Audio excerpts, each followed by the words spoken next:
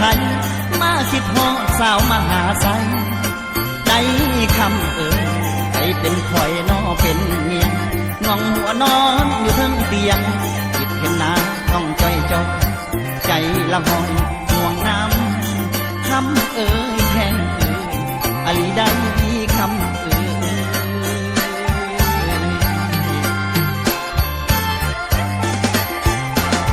คุณเวิร์นไอ้นี่คิดโนหอดนาสาวบุญมีนั่นบุญมาได้คำทั้งสาวสาน้อสาวอุ่นทั้งสาวคุณและน้องแก้วไอ้ไก่แล้วอยู่จังใดอยู่ดีบ่คำบ่อยู่ดีบ่คำ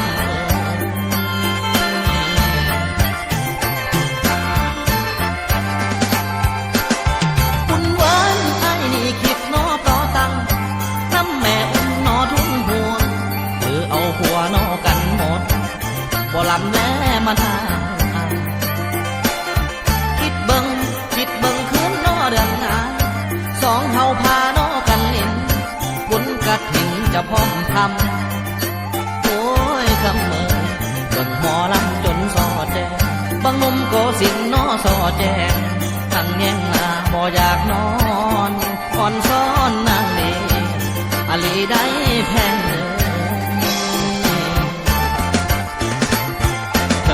เวียงจันทร์ก็คิดถึงวันนั้นอยู่บ่นอนได้แต่ใจลอยคอยละเมอเพ้ออยู่นะ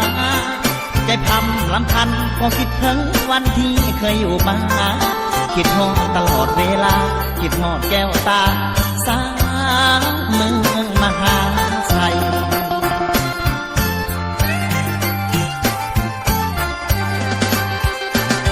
ทำไมไอ้นี่คิดอยู่เวียงจันทร์คุณเดือคำแต่ส่งเสียงมาหาเจ้าทำเสียงเมา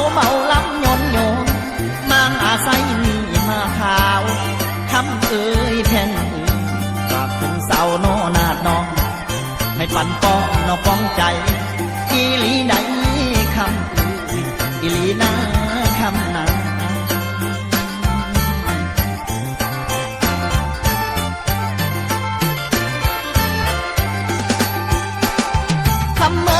ขันสิเป็นโนตาใด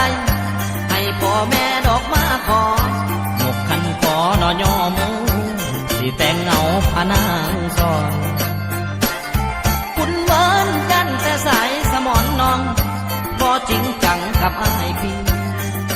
โอ้ยคำพี่ดีปัวนอดอกตายันบุญสร้างให้บ่พออลีนาคำนาอลีได้คำน้อง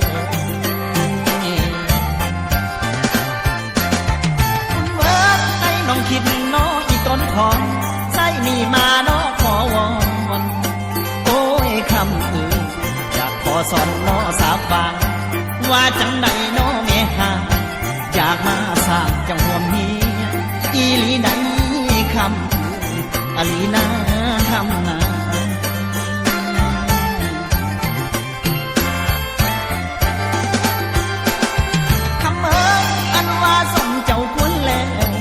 มังอาศัยศิลากรคำแข่งขอไว้พรหนอสัมทา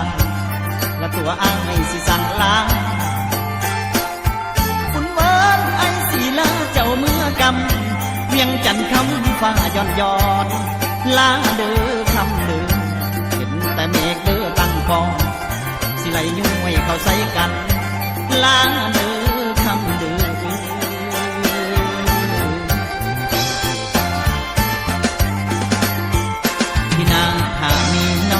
คนดียิ่งพบหน้ากันจะอยู่ให้นานเคียงคู่กันทำให้ไทยนาคงมีความสุขสนุกนำกันสู่ฟ้าน้องจงคอยเวลาเป่าเวียงจันทร์จะมาหาเจ้า